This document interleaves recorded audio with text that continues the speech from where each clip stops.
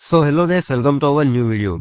आज हम बात करेंगे India women's versus West Indies women's के बीच में खेले जाने वाले सेकंड ओडीआई के ड्रीम 11 प्रेडिक्शन की, जो कि खेला जाएगा रिलायंस स्टेडियम वडोदरा में, जिसकी मैच टाइमिंग रहेगी 24 दिसंबर को और दोपहर में 1:30 बजे। तो वीडियो में आगे बढ़े उससे पहले अगर हमारे यूट्यूब चैनल पर नए आए हो तो यूट्यूब चैनल को सब्सक्राइब करके बेल आइकन को प्रेस करना मत भूलिएगा, ताकि आने वाली वीडियोस की अपडेट आपके पास जल्द से जल्द आ जाए। और हमारे टेलीग्राम चैनल पे भी जुड़ना मत भूलेगा, क्योंकि आफ्टर टॉस जो भी इंपॉर्टेंट न्यूज़ आते हैं वो मैं टेलीग्राम पे ही शेयर करता हूँ, और मैं अपनी फाइनल टीम भी टेलीग्राम पे ही शेयर करता हूँ। तो उसके लिए टेलीग्राम बहुत ही ज़्यादा इंपॉर्टेंट हो जाता है। तो टेलीग्राम चैनल का लिंक डिस्क्रिप्शन में दिए रहो, फटाफट से जाके ज्वाइन कर लो, ठीक है। तो देखो, वीडियो में आगे बात करें तो देखो, बात करें अगर रिसेंट मैचेस की ये वेन्यू पे, तो ये जो जो पुराने मुकाबले हैं उन पर बात करने का ज़्यादा कोई मतलब बनता है नहीं। बात करते हैं अभी जो रिसेंटली मुकाबला हुआ था, जो 22 दिसंबर को खेला गया था, जिसमें देखो इंडिया वुमेन्स ने यहाँ पे 314 रन किए थे 9 विकेट खोकर 50 ओवर में, और जवाब में वेस्ट इंडीज वुमेन्स की टीम सिर्फ 103 ही रन कर पाई थी, 103 पे ऑल आउट हो गई थी। इंडिया वुमेन्स ने वो मुकाबला 211 रन से विन कर लिया था, ठीक है। टोटल विकेट्स की बात करें ना, तो टोटल 19 विकेट गई थी, जिसमें से 7 पेस को विकेट मिली थी और 10 इनको विकेट मिली थी, ठीक है। तो ये पूरा कंडीशन पे रहेगा, क्योंकि देखो सेकंड इनिंग में है ना, अंडर लाइट बॉल थोड़ा स्विंग होने लगता है, तो वहाँ पे पेसर्स को खेलना थोड़ा डिफिकल्ट होता है। डे में थोड़ा नाइट के मुकाबले है ना, पेसर्स को खेलना थोड़ा इजी होता है, लेकिन है ना फिर भी डे के गेम में स्पिनर भी थोड़ा गेम में आएंगे। तो यहाँ पे है ना इंडिया की टीम को ही थोड़ा फेवरेट मान के चलेंगे, चाहे बैटिंग फर्स्ट करे या सेकंड करे, इंडिया के बैटर अच्छा करेंगे और बॉलर भी अच्छा करने ही वाले, ठीक है। तो हम अपनी टीम भी वैसे ही मेक करके चलेंगे। और देखो, वेन्यू से मोस्ट रन की बात करें ना, तो मैं है ना मैंने अपडेट नहीं किया है, क्योंकि देखो जो लास्ट मुकाबले की जो स्कोरिंग रहेगी ना, उसमें वेन्यू का भी इंक्लूड हो जाएगा और हेड टू हेड का भी इंक्लूड हो जाएगा, ठीक है। तो हम उस पर ही ज़्यादा फोकस करेंगे, इस पर अभी इतना ज़्यादा गौर करने का कोई मतलब बनता है नहीं। लेकिन फिर भी अगर आपको रीड करना है तो आप अपने अकॉर्डिंग रीड करके चल सकते हो। हेड टू हेड स्टेट भी मैंने यहाँ पे अपडेट कर दिए है, क्योंकि वो जो लाइनअप में जो आएगा ना, वह इधर भी आएगा, तो फिर डबल डबल लिखने का कोई मतलब है नहीं, ठीक है। तो हम नीचे ही बात कर लेंगे।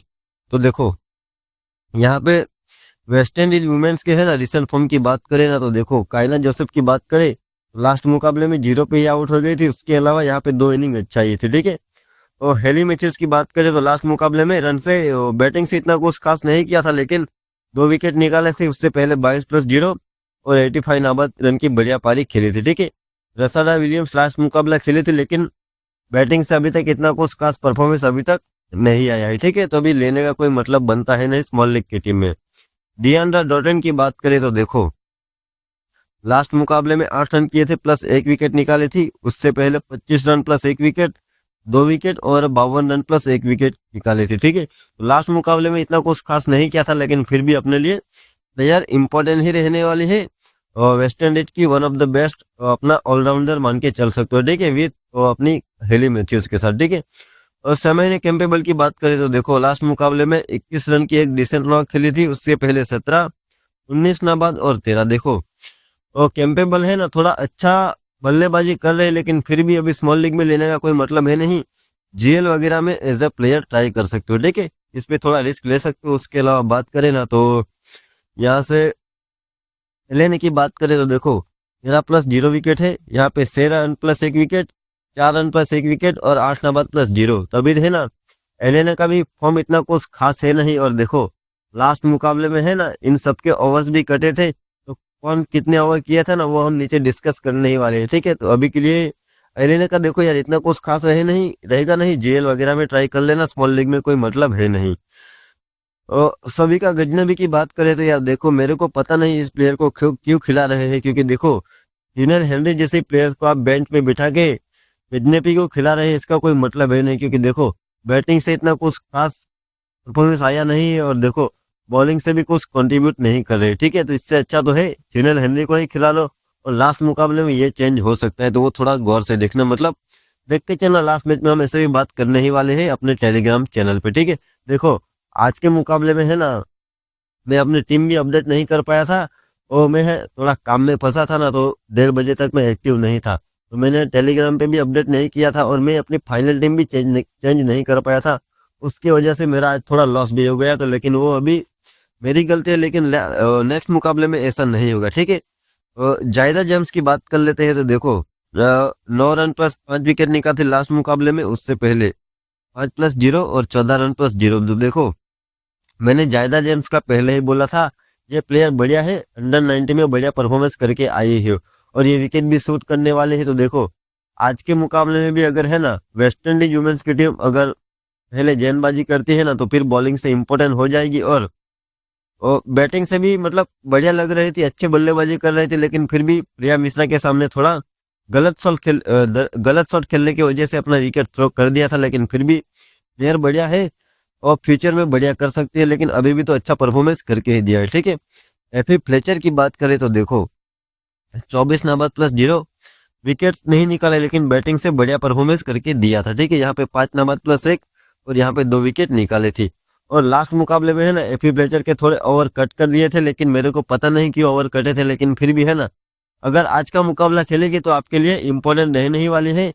आप वेस्ट इंडीज वुमेन्स की one of the best spinner मान के चल सकते हो रिसेंटली। ठीक है, करिश्मा रामरक की बात करें तो इतना कुछ खास परफॉर्मेंस आया है नहीं, इसके ओवर नहीं कटे थे शायद, इसने पूरे 10 ओवर करवाए थे लेकिन फिर भी विकेट नहीं मिले थे। ठीक है, उसके अलावा समीला कॉनेल की बात करें तो इतना कुछ खास है नहीं और लास्ट मुकाबले में एक ही ओवर किया था, तो आपके लिए इतना कुछ खास इंपॉर्टेंट रहने वाला नहीं है, तो इजीली ड्रॉप करके चल सकते हो। ठीक है, और वेस्ट इंडीज वुमेन्स के जो बेंच के प्लेयर है उसकी बात कर लेना तो देखो यहाँ से जूनियर हेनरी की बात करेगी तो खेलती है तो आपके लिए इम्पोर्टेंट रहने वाली है। उसके अलावा कैप्टन का इतना कुछ खास है नहीं, अश्विनी मुनिसर भी इतना कुछ खास करेगी नहीं, और मेंडी मागरो की बात करें इसका भी इतना कुछ अभी तक कुछ फॉर्म रहा है नहीं।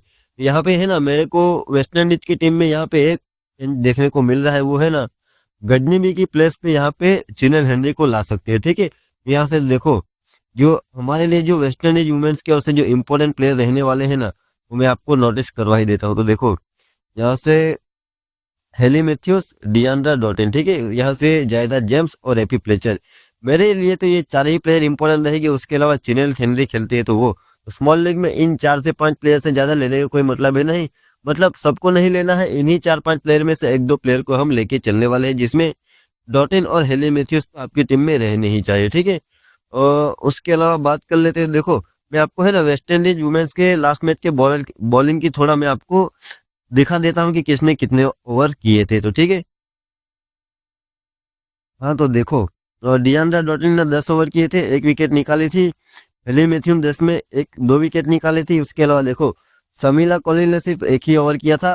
करिश्मा रामरक ने 10 ओवर किए थे, लेकिन विकेट इतने कुछ खास थे नहीं और 10 ओवर में 62 रन भी दिए थे। उसके अलावा एफी फ्लेचर के ओवर कटे थे। देखो बॉलिंग तो मेरे ख्याल से अच्छे ही हुई थी, लेकिन फिर भी ओवर कट गए थे। आज के मुकाबले में हो सकता है आपको पूरे ओवर डाल के दे। ठीक है, उसके अलावा आलिया अलेने की बात करें तो 6 ओवर में विकेटलेस थी और जायदा जेम्स ने 8 ओवर में 5 विकेट निकाले थे। ठीक है, तो यहाँ से बॉलिंग से है ना आपके लिए डियांड्रा डॉटिन, हेली मैथ्यूज और यहाँ से जायदा जेम्स और ये एपी फ्लेचर, यही आपको मैक्सिमम 40 से देखो 35 से 40 ओवर ये आपको ये बॉलर ही निकाल के देगी। उसके अलावा बाकी का समीला कॉनेल और आलिया एलन और रामरक ये सब ओवर मिलके शेयर करने वाले हैं। ठीक है, तो ऐसी रहेगी अपनी वेस्ट इंडीज वुमेन्स की बॉल। तो देखो इंडिया के वो प्लेयर्स की बात करें ना तो देखो यहाँ से स्मृति मंदाना का तो क्या ही बताऊं यार, देखो लास्ट 4 मुकाबले में चारों में अर्धशतक किया, इनफैक्ट 5 में तो बहुत ही बढ़िया फॉर्म से चल रहे हैं। लेकिन फिर भी है ना 1-2 मुकाबले ऐसे आएगी कि वहां पे थोड़ा फ्लॉप हो सकती है स्मृति मंदाना, तो शायद हो सकता है आज का मुकाबला वह हो, लेकिन स्मॉल लीग में तो ड्रॉप करने का कोई मतलब बनता है ही नहीं। ठीक है, आप चाहो तो सीवीसी ना करो, एज ए प्लेयर लेके जाओ, लेकिन स्मॉल लीग की टीम में तो लेके ही चलना है। तो कृतिका रावल की बात करें तो देखो लास्ट मुकाबले में बढ़िया 40 रन की इनिंग खेली थी, लेकिन फिर भी स्मॉल लीग के लिए थोड़ा रिस्की हो जाएगी, क्योंकि है ना अपनी टीम में जगह शायद नहीं बन पाएगी। ठीक है, लेकिन प्लेयर फिर भी बढ़िया है। हार्लिन दियोल की बात करें ना तो लास्ट मुकाबले में 44 रन की पारी खेली थी, उससे पहले 39 रन की पारी खेली थी, लेकिन फिर भी अभी तक बॉलिंग नहीं करवा रही है, तो फिर इतनी ज्यादा इंपॉर्टेंट नहीं रहेगी। हरमनप्रीत कौर की बात करें तो देखो 34, 13 नाबाद, 12, 38, 17, 59 नाबाद, हरमनप्रीत कौर का भी बढ़िया फॉर्म चल रहा है। तो देखो बैटिंग फर्स्ट में तो लेके ही चलेगी, बैटिंग सेकंड में थोड़ा रिस्क ले सकती है, हो सकता है वेस्ट इंडीज वुमेन्स की टीम अगर पहले बल्लेबाजी करे ना तो फिर 110, 15, 20 पे ही ऑल आउट हो सकती है, तो उस केस में फिर ज्यादा बल्लेबाजी हरमनप्रीत कौर की नहीं आएगी, तो वहां पे थोड़ा रिस्क लेगी। उसके अलावा जेमिमा रोड्रिग्स की बात करें तो देखो इसका भी फॉर्म बढ़िया है। तो देखो इंडिया के ऑलमोस्ट हर प्लेयर का आपको बढ़िया स्टेट्स देखने को मिलेगा। तो कौन से प्लेयर को लेना है, कौन से प्लेयर को नहीं लेना है, वो सब है ना, वो सिचुएशन पे आ जाएगी कि इंडिया की टीम पहले गेंदबाजी कर रही है या फिर पहले बल्लेबाजी कर रही है। वही थोड़ा इंपॉर्टेंट होने वाला है, ठीक है। और ऋचा घोष की बात करें तो इसका भी बढ़िया फॉर्म चल रहा है, 26, 54, 32, 20। और देखो ऋचा घोष के भी जितने भी है ना रन आते हैं ना, वो अच्छी और स्ट्राइक रेट से आते हैं, ठीक है। तो स्ट्राइक रेट बढ़िया रहता है तो उसमें है ना 20-25 रन भी करेगी ना तो फिर आपको मैक्सिमम पॉइंट मिल जाएगी, क्योंकि है ना उसमें फिर बाउंड्री होती है तो फिर बाउंड्री 6-4 के एक्स्ट्रा बोनस पॉइंट मिल जाते हैं, ठीक है। दीप्ति शर्मा की बात करें तो देखो आज के मुकाबले में आपके लिए बहुत ही इंपॉर्टेंट रहने वाली है और जीएल के लिए है ना बेस्ट सीवीसी ऑप्शन रहने वाली है अपनी दीप्ति शर्मा, ठीक है। क्योंकि मैं आपको बता देता हूँ, अगर है ना इंडिया की टीम अगर पहले गेंदबाजी करती है तो आज के मुकाबले में जायदा जेम्स की तरह दीप्ति शर्मा भी आपको 4 से 5 विकेट निकाल के देख सकती है। देखो अपनी दीप्ति शर्मा और अपनी जो प्रिया मिश्रा जो लेग स्पिनर थी ना, उन दोनों को सीवीसी करके एक कॉम्बिनेशन अपने को रेडी करना है, ठीक है। वो मैं आपको टेलीग्राम पे और उसके बाद बता दूंगा, ठीक है। तो देखो दीप्ति शर्मा का मैंने बता दिया आपके लिए इंपॉर्टेंट रहेगी और जीएल में कप्तान वाइस कप्तान करके चलना है, स्मॉल लीग में भी करके चल ही सकते हो। साइमा ठाकुर की बात करें तो साइमा ठाकुर को भी है ना बॉलिंग फर्स्ट में एज ए जीएल में ट्राई कर लेना एज ए प्लेयर, ठीक है। और हो सकता हूँ मैं आज के मुकाबले में भी साइमा ठाकुर के साथ जाऊं, क्योंकि देखो मैंने लास्ट 3 से 4 मुकाबले में साइमा ठाकुर को लिया है और हर मुकाबले में फ्लॉप तो नहीं बोल सकते, क्योंकि वो लक की वजह से थोड़ा कि मतलब विकेट नहीं मिले हैं, कैच 1-2 ड्रॉप हुए हैं, ठीक है। लेकिन फिर भी गेंदबाजी बढ़िया की है अपनी साइमा ठाकुर ने, ठीक है। उसके अलावा गीता साधु की बात करें तो देखो मैंने आपको लास्ट वीडियो में क्लियरली बोला था, अगर इंडिया की टीम सेकंड गेंदबाजी करती है ना तो फिर दोनों में से किसी को बढ़िया विकेट मिल सकते हैं, क्योंकि मैंने बताया था रेणुका ठाकुर को हो सकता है बॉलिंग सेकंड में है ना मैक्सिमम लोग ड्रॉप करके चले, लेकिन ऑलमोस्ट सब सिलेक्शन परसेंटेज ज्यादा ही था, 60-70% था, लेकिन फिर भी एक मतलब अपनी प्रिडिक्शन कहीं ना कहीं सही हुई हुई बोल सकते हैं, ठीक है। उसके अलावा प्रिया मिश्रा की बात करें तो बढ़िया परफॉर्मेंस किया है, ऑलमोस्ट हर मुकाबले में विकेट निकाल के दिए, तो इसको भी आप जीएल में कप्तान वाइस कप्तान करके चल सकते हो, ठीक है। तो ये देखो एक मैं आपको बता देता हूँ, अपना दीप्ति शर्मा और अपना प्रिया मिश्रा, ये 2 प्लेयर को आप सीवीसी करके चल सकते हो जीएल में, ठीक है। ऐसा नहीं कि स्मॉल लीग में लेके चले जाओ, ठीक है। स्मॉल लीग में भी करके चल सकते हो, लेकिन स्मॉल लीग थोड़ा फिर रिस्की हो जाएगा, क्योंकि वहाँ पे एली मैथ्यूज और डियांड्रा डॉटिन जैसे प्लेयर हुई है, ठीक है। तो बेंच प्लेयर से बात करें ना इंडिया के तो देखो अपना तेजल हसमिन की बात करें, इतना कुछ खास है नहीं, लेकिन फिर भी अगर खेलेगी तो फिर ट्राई कर सकते हो, बैटिंग ऑर्डर देख के हम इस पे थोड़ा डिसीजन लेंगे, ठीक है। उसके अलावा उमा सेत्री की बात करें तो अगर खेलती है तो ओपनिंग करेगी तो फिर हमारे लिए इंपॉर्टेंट हो सकती है, तो ठीक है, तो इसको भी ट्राई कर सकते हो। उसके अलावा मीनू मानी खेलेगी ना तो ये भी इंपॉर्टेंट रहेगी। तो देखो इंडिया के 15 मेंबर की शॉट है ना, तो 15 के 15 हमारे लिए इंपॉर्टेंट रहेगी, लेकिन वो सिचुएशन वाइज देखना पड़ेगा कि इंडिया की टीम पहले गेंदबाजी करेगी या फिर बल्लेबाजी करेगी, उस पर थोड़ा डिपेंड हो जाएगा, ठीक है। तनुजा कन्वर भी खेलेगी तो फिर इंपॉर्टेंट रह ही नहीं वाले है, क्योंकि देखो वहाँ पे है ना स्पेशली बॉलिंग फर्स्ट में स्पिन गेम में आने वाली है, ठीक है। तो वो थोड़ा देखते चलेंगे। तो अभी के लिए तो हमारे यही स्टेट से आगे चलते हैं अपने टीम मेकिंग के लिए। तो देखो अभी के लिए जो हमने टीम क्रिएट की है ना, उसमें है ना विकेट कीपिंग सेक्शन से ऋचा घोष को लिया है, बैटिंग सेक्शन से स्मृति मंदाना है और हरमनप्रीत कौर को लिया है, ऑलराउंडर सेक्शन से हेली मैथ्यू से डियांड्रा डॉटिन है, दीप्ति शर्मा है, बॉलिंग सेक्शन से रेणुका ठाकुर सिंह है, एपी फ्लेचर है, तीता साधु है और साइमा ठाकुर और प्रिया मिश्रा को लिया है। तो देखो यहाँ पे मैंने है ना इंडिया के ऑलमोस्ट हर बैट्समैन को हर बॉलर को लेके चलने की कोशिश की है, क्योंकि मैंने है ना यहाँ पे इंडिया के है ना पहले गेंदबाजी की टीम तैयार की है, ठीक है। अगर इंडिया की टीम पहले बल्लेबाजी करेगी ना तो फिर यहाँ पे टीम में चेंजेस हो सकते हैं, ठीक है। और कप्तानी वाइस कप्तानी की बात करें तो कप्तानी हेली मैथ्यूज को करके वाइस कप्तानी दीप्ति शर्मा को की है, और आप डियांड्रा डॉटिन को भी कर सकते हो, स्मृति मंदाना को भी कर सकते हो, ठीक है।